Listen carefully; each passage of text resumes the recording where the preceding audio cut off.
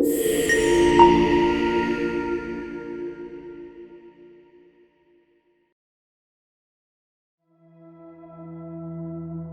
are so many people in the world, and you know, you may be watching this right now, and you have these incredible ideas, and what you think is missing is motivation.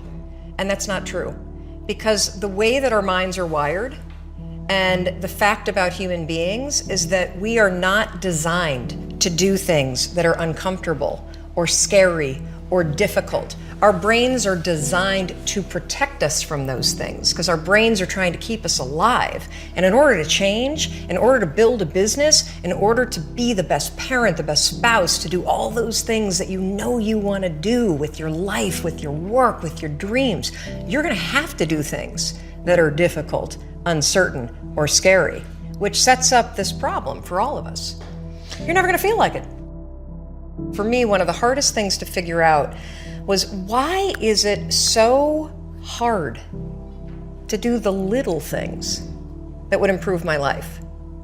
And what I've come to realize, and what we'll talk a lot about today, is that the way that our minds are designed is our minds are designed to stop you at all costs from doing anything that might hurt you.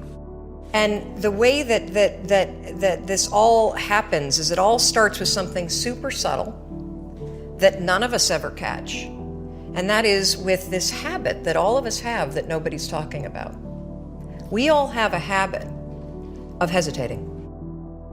We have an idea, you're sitting in a meeting, you have this incredible idea, and instead of just, saying it, you stop and you hesitate. Now, what none of us realize is that when you hesitate, just that moment, that micro moment, that small hesitation, it sends a stress signal to your brain. It wakes your brain up, and your brain all of a sudden goes, oh, wait a minute, why is he hesitating? He didn't hesitate when he put on his killer spiky sneakers. He didn't hesitate with the really cool track pants. He didn't hesitate with the NASA t-shirt. Now he's hesitating to talk, something must be up. So then your brain goes to work to protect you. It has a million different ways to protect you. One of them is called the spotlight effect. It's a known phenomenon where your brain magnifies risk. Why? To pull you away from something that it perceives to be a problem. And so you can truly trace every single problem or complaint in your life to silence and hesitation. Those are decisions. And what I do, and what's changed my life, is waking up and realizing that I'm never going to feel like doing the things that are tough or difficult or uncertain or scary or new. So I need to stop waiting until I feel like it. And number two, I am one decision away from a totally different marriage, a totally different life, a totally different job, a totally different income, a totally different relationship with my kids. Your life comes down to your decisions. And if you change your decisions, you will change everything. In the scheme of life, hitting the snooze button is not that big of a deal. But here's the thing about life. None of us wake up and say, today is the day I destroy my life. What we do is we kind of check out because it feels overwhelming. Or we check out because we're afraid. Or we check out because we start listening to self-doubt. And then we make these teeny tiny decisions all day long. And we don't even realize it.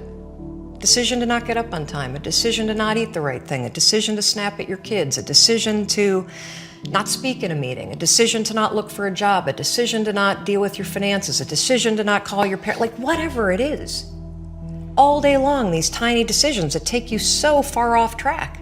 And then you wake up like I did and you look at your life and you think, how the hell did I get here? And more importantly, how do I get back over there? And you have no idea. You get trapped in what I call the knowledge action gap. You know what to do, but you can't seem to make yourself do it, right? I mean, every one of us is one Google search away from a list of instructions that if you follow any of them, it will change your life. But how do you get out of your head and stop thinking about what you need to do and actually do it? Instead of isolating yourself, pick up the phone and call a friend. Get yourself out into the woods and go for a walk. Start running again. Like all these little things that I was capable of, but I couldn't get out of here. could not get out of here. And if you're stuck, that's the problem. The problem is you're in your head, you're thinking.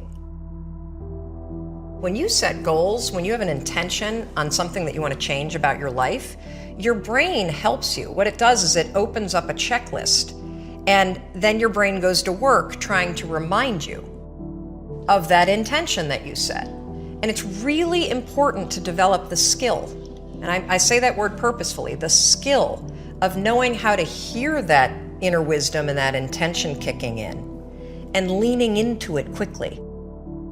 And I think most people that are miserable or that are really like dying to be great and dying to have more, we want to change. We want to live a better life. We want to create more for our families. We want to be happier. The desire is there. Again, it's about how do you go from knowledge to action. So the first thing in this story that's important is realizing that the answer was in me. Every human being has a 5-second window, might even be shorter for you. You have about a 5-second window in which you can move from idea to action before your brain kicks into full gear and sabotages any change in behavior. Because remember, your brain is wired to stop you from doing things that are uncomfortable or uncertain or scary. It's your job to learn how to move from those ideas that could change everything into acting on them. Because when you understand the power of a 5-second decision, and you understand that you always have a choice to go from autopilot to decision maker, everything in your life will change. You will be a different negotiator, you will be different in sales, you will be unstoppable in the gym, because you will realize the amount of garbage that you put in the way of your hopes, of your dreams, of your potential, of your confidence, of your courage. Everything comes down to the decisions that you make. We all know what to do. None of us know how to make ourselves do it. So I started researching it. Why does something so stupid work? Why? Why does something so silly create such powerful and profound change? Well, here's why. The rule is a form of metacognition. Metacognition is a fancy pants term that means something real simple. You can outsmart your own brain in furtherance of goals. Agreed. There are tricks that you can use that actually outsmart the tricks your brain plays on you in furtherance of a higher purpose. We all know this. You can restrain yourself if you're in a situation that calls for it. You can jump into a raging river to save your dog or your kid. You can direct yourself in ways if it's important to you. And so the rule, what it does is it does something really remarkable. When you count backwards, 5, 4, 3, 2, 1, what you're actually doing is you're interrupting what researchers call habit loops that get encoded as closed loop patterns in your basal ganglia. That's the part of the brain where your feelings, where your emotions, every habit that you have, which is nothing more than behavior that you repeat that you don't even think about. And so when you go 5, 4, 3, 2, 1, it interrupts what's going on here that's spinning without you thinking, and it moves and awakens your prefrontal cortex. So when you hit 1, your habit has been interrupted. So you've interrupted self-doubt. You've interrupted maybe snapping at your kids. You've interrupted the desire to grab for a drink. You've also, by counting backwards, done an action. It's awakened your prefrontal cortex. That is the part of the brain that you need that's awake when you're changing behavior, when you're learning new things. When you hit 1, it's also a prompt. So in the language of research, you'll hear people talk about starting rituals. That is something that's proven to help you learn a new habit. The 5-second rule, when you repeat it, becomes a starting ritual that triggers you to act with confidence, that triggers you that this is a moment for courage, that triggers you to shift gears. And because you've also done the manual work of awakening the part of the brain that you need to change, you've set yourself up for success. It doesn't work if you count up, because you can keep going. And also, counting up doesn't require focus. If you count backwards, 5, 4, 3, 2, 1, it again awakens the prefrontal cortex and it prompts you to move. When you start to use it and then you read about it, you'll see that it's being used all over the place. They use it in the armed services in order to align troops and get them to start an exercise. They use it at elementary schools, 5, 4, 3, 2, 1, at big assemblies to get a huge room full of kids to stop talking. Really simple and interesting example, yeah. because it requires you to focus. It's not a habit. It will become a habit that prompts you to have confidence and courage. But in the beginning, it interrupts patterns of behavior that you do on autopilot. It helps you assert control, and it teaches you how to become the kind of person that moves from thinking about something to actually doing it. Change comes down to 5-second decisions, and this is why the 5-second rule is important for everybody to know. It's your job to push yourself. And I don't care if you're Dr. Martin Luther King Jr., or you're Michelangelo, or you're Lin-Manuel Miranda, who wrote Hamilton, you will struggle with self-doubt. And everybody that you admire, everybody, and the list is the same for everybody. Oh, Oprah Winfrey, and I want to be like, Tom, and I want to be like, Branson, and I want to be like Jay-Z, and I want everybody's list is this, Bill Gates, and do you know what those people do? They do not have the habit of hesitating.